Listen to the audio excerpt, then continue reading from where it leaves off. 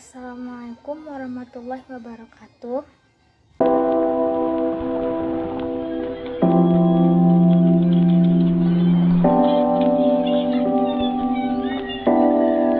Perkenalkan, saya Anissa Pujia Sution dari Fakultas Saintek dan Teknologi, jurusan Biologi Universitas Islam Sumatera Utara. Saya akan menampilkan sebuah video guna memenuhi tugas akhir semester Bahasa Indonesia yang bertemakan daftar pustaka. Adapun peta konsep yang saya buat mengenai materi tentang daftar pustaka, yang pertama ada pengenalan daftar pustaka, yang kedua ada unsur-unsur dalam daftar pustaka, yang ketiga adalah hal-hal yang penting dalam daftar pustaka, dan yang keempat pembagian daftar pustaka dari berbagai sumber. Kita mengetahui tentang daftar pustaka tentu adalah sebuah referensi untuk kita menulis. Jadi sebelumnya kita harus mengetahui apa arti dari menulis tersebut. Nah, menulis merupakan rangkaian kegiatan yang kompleks dalam suatu pembelajaran dalam mengembangkan ilmu pengetahuan dan dapat dilakukan di berbagai kegiatan, salah satunya adalah menulis. Ilmu yang didapatkan oleh seseorang harus dikembangkan dan diamalkan kepada orang lain hingga menjadi sesuatu yang bermanfaat. Karya tulis berupa pengetahuan yang dihasilkan oleh para cendekiawan dan lazim disebut dengan karya ilmiah. Menulis karya ilmiah adalah menulis usulan-usulan atau ide-ide yang benar dan berupa pernyataan-pernyataan tentang fakta, kesimpulan-kesimpulan yang ditarik dari fakta-fakta yang ada yang terkait oleh tulisan. Karena itu, diperlukan penulisan daftar pustaka atau bibliografi, penggunaan pendapat orang lain sebagai sumber dari sebuah tulisan. Perlu dicatat dengan baik melalui daftar pustaka tersebut. Daftar pustaka adalah referensi atau rujukan yang digunakan dalam penulisan karya ilmiah. Jadi itu penting dalam sebuah teks laporan, jurnal, makalah, dan lain sebagainya. Yang pertama, pengertian daftar pustaka. Daftar pustaka adalah daftar bacaan yang disarankan untuk dibaca atau acuan dalam sebuah tulisan, baik dalam sebuah laporan, tesis, skripsi, dan disertasi. Daftar pustaka juga digunakan untuk memperluas wawasan lebih lanjut mengenai ilmu pengetahuan. Daftar pustaka harus ditulis sesuai dengan pustaka atau referensi yang ditunjuk dalam teks. Kedua, unsur-unsur yang dituliskan dalam daftar pustaka. Pertama, nama pengarang, tahun terbit, tanggal akses, nomor, judul, edisi jika ada, tempat penerbitan, nama penerbit, website. Yang kedua, untuk memisahkan bagian-bagian digunakan tanda titik 2, dan tanda koma. Contohnya, Arikunto Syahrini 1993, prosedur penelitian suatu pendekatan praktik, Yogyakarta, Rineka Cipta. Di dalam daftar pustaka tersebut terdapat nama. Nama dalam daftar pustaka itu harus dibalik. Jadi nama belakangnya dulu, baru nama depannya. Yang kedua, letakkan tahun terbitnya. Yang ketiga, judul, yaitu prosedur penelitian suatu pendekatan praktik. Yang keempat, tempat penerbitannya Yogyakarta. Dan yang kelima, nama penerbitnya adalah Rineka Cipta. Jadi pembuatan daftar pustaka itu tidak semua harus memenuhi unsur-unsur yang ada, melainkan ketika kita menuliskan daftar pustaka, kita harus mengikuti step-step atau cara-cara, langkah-langkah yang sudah ditentukan dalam daftar pustaka. Jadi tidak semua harus ada. Yang ketiga, hal-hal yang harus diperhatikan dalam penulisan daftar pustaka. Yang pertama, nama pengarang ditulis terbalik. Nama terakhir diletakkan di depan, sedangkan nama awal pengarang diletakkan di belakang dan diberi dengan tanda koma. Yang kedua, jika pengarangnya ada dua, maka pengarang pertama saja yang namanya dibalik. Pengarang selanjutnya tetap dan diberi tanda hubung dan. Yang ketiga, jika pengarang 3 orang atau lebih, maka pengarang pertama ditulis terbalik. Pengarang lainnya ditulis DKK atau dan kawan-kawan. Yang keempat, jika pengarangnya adalah seorang editor, maka ditambahkan kata it tulisannya ed, itu jika satu pengarang. Namun jika lebih dari satu pengarang maka tulis eds ditambahkan s. Contohnya Maria Husnul ed, itu dia satu pengarang. Jika lebih tinggal ditambahkan aja eds. Yang kelima, gelar kesarjanaan. Gelar kesarjanaan dan gelar keagamaan tidak perlu ditulis. Yang keenam, judul miring. Judulnya ditulis miring itu pada komputer, sedangkan kalau tulis tangan dia diberi garis bawah. Yang ketujuh, jika tanpa pengarang ditulis anonim atau tanpa pengarang. Yang kedelapan, jika tanpa tahun maka ditulis TT, T-nya huruf kecil. Yang kesembilan, ditulis tanpa nomor urut. Yang kesepuluh, disajikan atau ditulis sesuai dengan abjad. Dan yang ke-11, jika lebih dari satu baris, maka baris selanjutnya ditulis menjorok ke dalam sekitar 4-5 huruf. Yang keempat, penulisan daftar pustaka. Urutan penulisan daftar pustaka, yang pertama ada nama pengarang.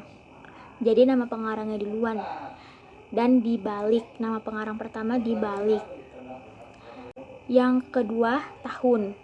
Yang ketiga, judul. Yang keempat, nama kota tempat buku diterbitkan. Yang kelima, nama penerbit. 5. Penulisan daftar pustaka dapat menggunakan berbagai sumber, yakni dapat berdasarkan dari sumber artikel, koran, majalah, internet, skripsi, tesis, dan disertasi. Yang pertama, daftar pustaka berdasarkan sumber buku. Penulisan nama pengarangnya dibalik, nama belakang menjadi di depan dengan dibubuhi tanda koma, tanpa menggunakan gelar akademik dan diakhiri dengan tanda titik. Jika nama pengarang lebih dari 2 orang, maka menggunakan singkatan DKK. Contoh, Dr. Heri Guntur Tarigan, ditulis menjadi Tarigan Henry Guntur. Nama pengarang lebih dari 3 orang itu ditulis Tarigan Henry Guntur DKK. Tinggal tambahkan kata DKK. Selanjutnya, nama pengarang 2 atau 3 orang dituliskan semuanya, namun hanya nama pengarang pertama saja yang dibalik. Dan yang kedua, ketiga seterusnya itu tidak berubah. Contoh, Dr. Handers Abdul Khair, M. Atar Semi, dan Henry Guntur Tarigan. Maka ditulis menjadi Khair Abdul M. Atar Semi dan Henry Guntur Tarigan, atau boleh menggunakan kata DKK.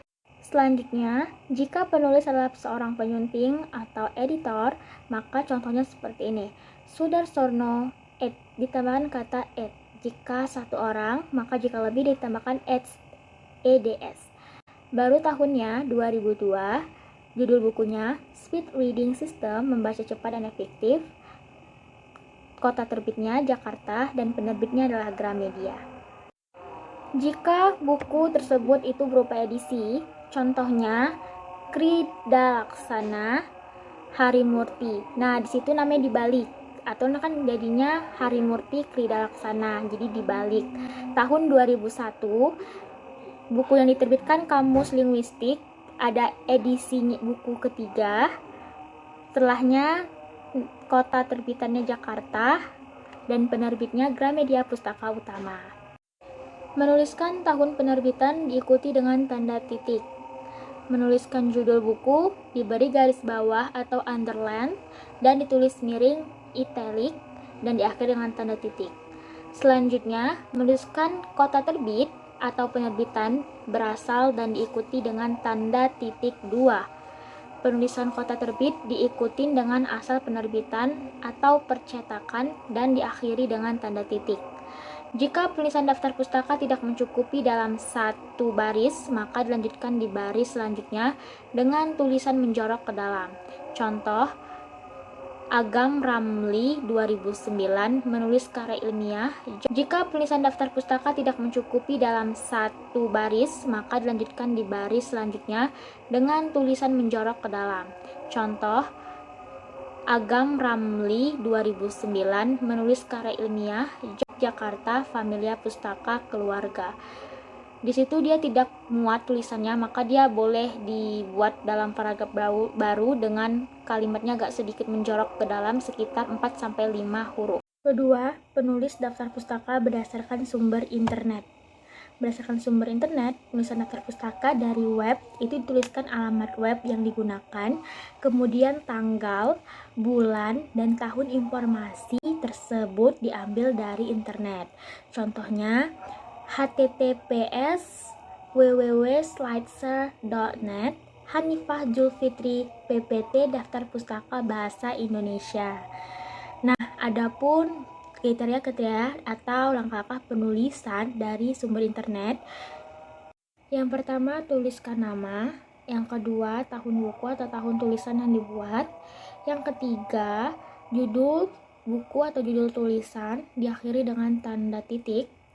Yang keempat, tulis website yang digunakan dengan kata diakses. Yang kelima, tanggal pengambilan sumber internet. Contohnya, Mariana D. dan Palka Rina. Tahun 2005, judul buku peningkatan alokasi APBD membiayai sektor pendidikan, yang dikutip dari http www.pikiranrakyat.com, diakses pada tanggal 10 November 2010 pukul 8 WIB. Seperti itu contohnya. Yang ketiga, penulisan daftar pustaka dari artikel. Sumber dari artikel dapat digunakan sebagai sumber dari karya ilmiah. Adapun tata cara penulisannya, yang pertama tulisan nama penulis, yang kedua tahun pembuatan artikel, yang ketiga judul artikel, dan yang keempat asal artikel tersebut. Contohnya, Baikuni 1990, masalah penguasaan teknologi, makalah Simposium Nasional Cendekiawan Muslim, Malang, Unimbrau. Jadi sebetulnya contohnya menurut langkah-langkah atau cara pembuatan dari daftar pustaka sumber artikel. Yang keempat, penulisan daftar pustaka berdasarkan sumber majalah atau koran. Penulisan sumber karya ilmiah dapat digunakan dari majalah atau koran. Adapun penulisannya tidak berbeda dengan penulisan daftar pustaka lainnya, hanya ditambahkan keterangan tanggal, bulan, dan tahun sumber dibuat. Contohnya Piggy Nielsen, radiasi elektromagnetik, rakyat Bengkulu, 10 November 1994, halaman 30-31. Yang kelima, penulisan daftar pustaka berdasarkan sumber skripsi, tesis, dan disertasi. Penulisan daftar pustaka tersebut tidak berbeda dengan daftar pustaka lainnya.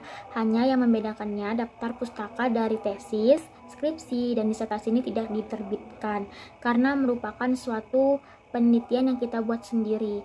Contohnya, Prabowo Eko 2004, pembuatan software pembelajaran multimedia interaktif pada pokok bahasan materi dan perubahannya.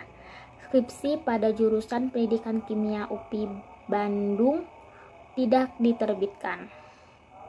Yang keenam, terakhir, penulisan daftar pustaka berdasarkan jurnal. Menuliskan daftar pustaka berdasarkan jurnal juga tidak berbeda jauh dengan daftar pustaka lainnya seperti majalah, koran, tesis, skripsi, laporan, dan sebagainya. Contohnya, Jamet R. Billet, BM Ranger, tahun 1996, judul buku Study of Current Dynamic of Soil from a Pogel Oxisol Sequence in Tahiti or French Polynesia using the Testing Mineral Technique. Goderma 73 itu merupakan tempat penerbitannya, halaman 107-124. Kesimpulan yang saya dapat ambil dari materi daftar pustaka tersebut, penulisan daftar pustaka tidaklah sulit asalkan kita mengikuti atau mengetahui cara langkah-langkah dalam penulisannya. Dan yang paling penting adalah setiap daftar pustaka, nama pengarang pertama selalu dibalik. Dan nama pengarang kedua, ketiga tetap ditulis atau disingkat dengan DKK.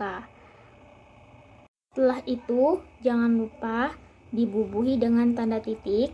Dan pada saat ketika kita menuliskan judul, diberi dengan tanda titik 2.